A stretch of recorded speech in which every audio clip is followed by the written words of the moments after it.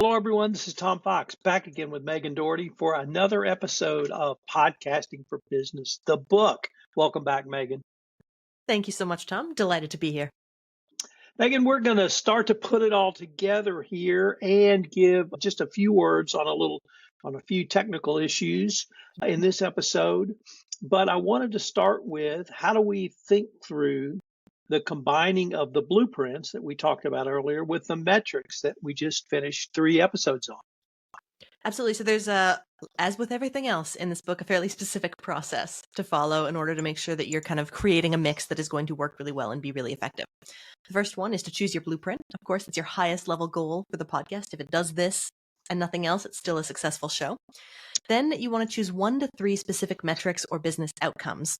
And once you do that, you want to check for conflicts to make sure that the outcomes that you're trying to get aren't in conflict with the highest level goal or the blueprint.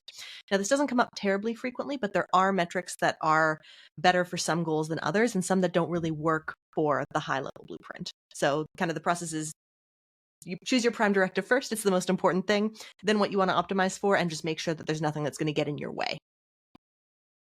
So could you give us some examples of blueprints which might not fit with certain metrics? Absolutely. So if, say, for example, that we've got a relationship building show, a lot of metrics are going to work really well within that. Referrals, promotional opportunities, sales qualified leads, they're all really great for relationship building shows.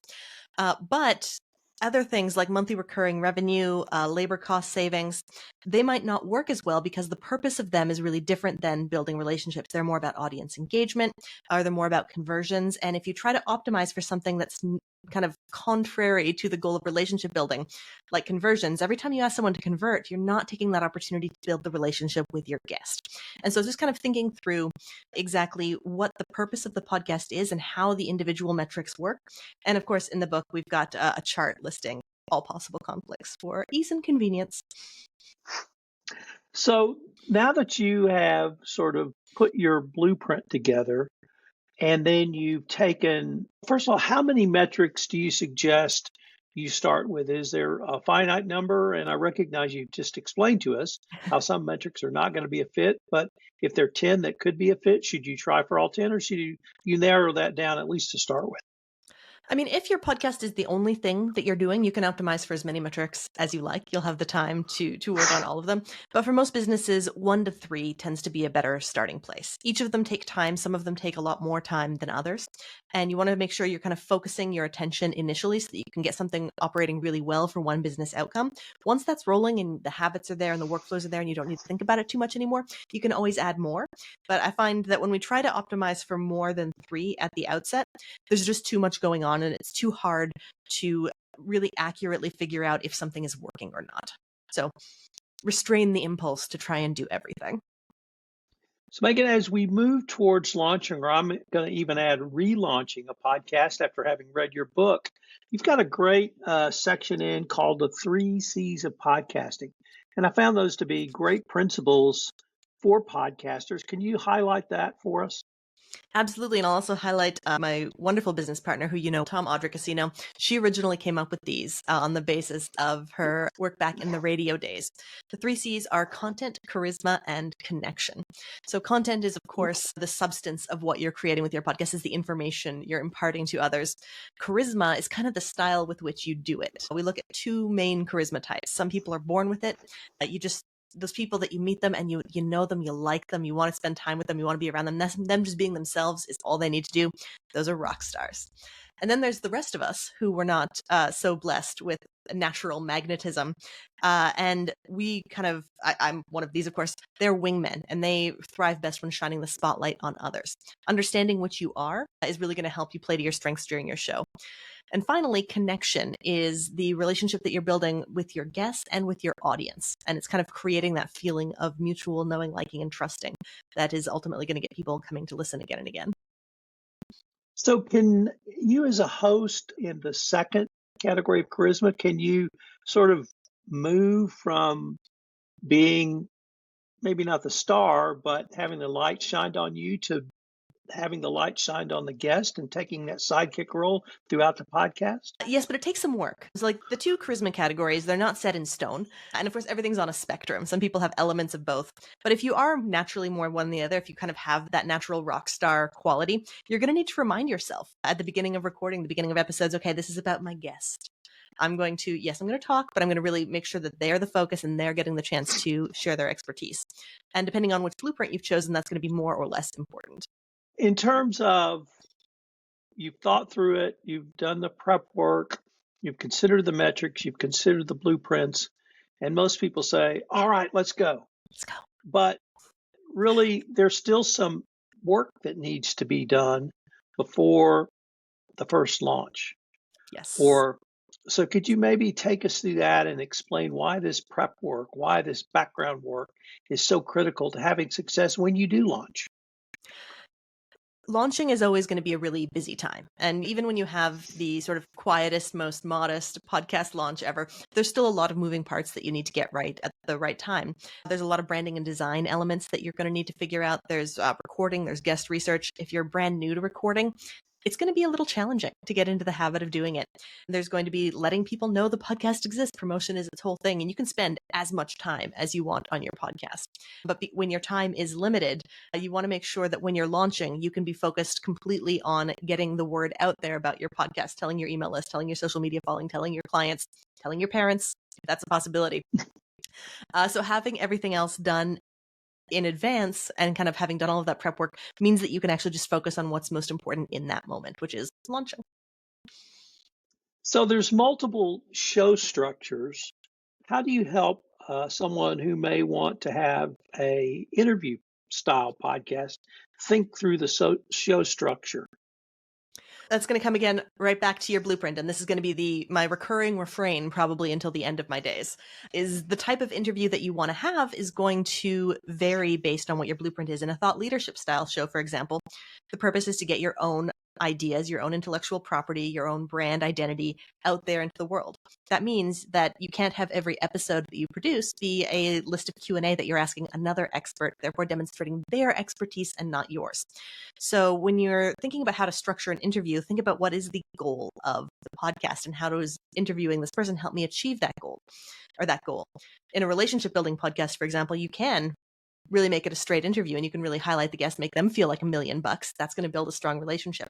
That same interview would not work in a thought leadership style podcast. So think about where the focus needs to be for your ultimate goal rather than this is a podcast, it's an interview, this is what an interview sounds like. I am a huge exponent of podcast cadence. But before I expound upon why I think it's so important, I'm going to ask you, why do you think cadence is a critical element to every podcast? I'm going to turn that right back around on you and quote you, because you told me once that a podcast is a promise to your audience. And once you say you're going to do it, you've got to do it. And that is something as a podcaster to absolutely live by. When you say you're going to do something, when you're going to do it, and what you're going to do, you should follow through on that. It's table stakes. That's pretty good. I purloined that from the author James Patterson, and I had another friend named Jeffrey Hazlett explain it even further, that your brand is a promise delivered. And I think that's what cadence is, a promise delivered. And I think it is absolutely critical, and I can't say it enough, and I don't say it enough, that whatever you set your cadence, it doesn't matter what it is. It could be once a quarter, but you can stick to that cadence. And people know on that date, your podcast is going to come out. How do you help someone think through the number of releases per month, whether it be 1, 2, 4, or daily? Yeah, and that obviously the more you release, the faster you're going to get traction in whatever your goals are. But few people can release an episode every day. It's a lot of work, depending on the type of show not everyone can create content like Tom Fox creates content. All things being equal, if you can manage a weekly release, that tends to be a really good balance between moving forward and managing the workload. But if you know that you're not always going to be able to commit to weekly, then it's better to start with every other week. It's always easier to add a show to your release schedule than it is to remove one. And if, like, for example, over the course of a year, if you've got really busy springs and you're never going to have extra time in spring, maybe it's a better idea to release in seasons. And you're going to have a summer season, you're going to have a fall season, then winter and spring you take off. It's all about exactly the same, set exactly as you say, Tom, setting that expectation and then following through on it with something that's actually going to work within your business. And then let's talk about something that I don't want to say it's controversial, but there's certainly different perspectives on whether you should have a video podcast or an audio only. Mm. How do you come out with that? Do you just present the options and let the podcaster decide, or is there some other way we should think through? It's pretty much podcaster's choice. You're the boss of your podcast. You can do whatever you like with it. But if you're a newer podcaster, especially, I generally recommend starting with audio first. Learning how to sound good when you're recording is a skill that you need to learn. Developing comfort with interviewing or creating solo episodes, it takes work. When you add video to that, and then you have to worry about your lighting and how you look and how it's going to be edited, which is much more expensive than editing audio, it can add a lot more work and difficulty than is necessary to achieve your goals. There are times when video makes the most sense. It's better for conversions, very frequently video. So if that's a really strong value, it might be worth investing the extra time, maybe even getting studio space. But for the most part, most podcasts tend to do well in audio first. You can always add video later, and you can always capture the video to use later and to use in your promotions as well. What or how do you help someone think about the length of podcasts? And here I'd like to point to your annual report, the Podcasting for Business report, because I was always taught that a business podcast was 20 to 30 minutes, but your report showed, I thought, something radically different. So could you talk to us about length of time of your pod? Yeah, so in the State of Business Podcasting Report, the most consistent result that we've had over time was that the average length of podcast is about 44 minutes long. And kind of like you, I'm surprised in that because that is longer than most of the business or professional podcasts that I listen to. And it's possible the data is being skewed by some of those like really long 4 guys sitting at a table talking at each other for 2 hours shows that do make up a significant number of the top 100. But each episode needs to be long enough to kind of thoroughly examine a topic. And that can be done in 10 minutes, that can be done in 40. The trick is to kind of find a time that you're going to be able to be more or less consistent with every week. And I also find that if you make it a little shorter than maybe you want to, if you're like, I really would like to talk to everyone for an hour and really dig into these great ideas and really explore, make it 45 minutes. Because when you have less time, you get to the good stuff faster. So I think for utility, always a little bit shorter than you might be naturally inclined to. Megan, I started podcasting in 2012, and if there was one thing the then experts beat into me was audio quality. And that was the number one most important thing for a podcast. We percolated along with those words of wisdom until the pandemic hit. And then we all got on Zoom and we all got used to suboptimal audio quality. And so I wanted to ask you, or maybe explore with you, the issue of audio quality. My sense was because of Zoom calls during the pandemic, listeners to podcasts would accept less than the audio quality, which I heard demanded pre-pandemic. But I know you and your business partner, Audra, are very vociferous about audio quality. Could you say a few words about that issue? I guess for me, that one comes down to a baseline level of respect for your audience. Anyone can record into their phone, record into Zoom, and release that on an RSS feed. And people do have a familiarity with how Zoom audio sounds. Not great, but there's going to be a hard upper limit to your success when you're not investing any time or energy in your audio quality. No one's going to share a podcast episode that doesn't sound that great. You don't want to really be the person who's like, hey, listen to this podcast, just don't mind the audio quality. Everyone's got the odd bad episode from time to time, but for a company, for a business, this is your brand. This is how you're presenting yourself in the world. Do you really want to have kind of scratchy, echoey audio being what does that? If it comes down to less like suboptimal audio and no podcast, it's better to have suboptimal audio. But if you've got the time and bandwidth by any stretch of the imagination, give your business and your listeners and your guests the respect of sounding as good as possible.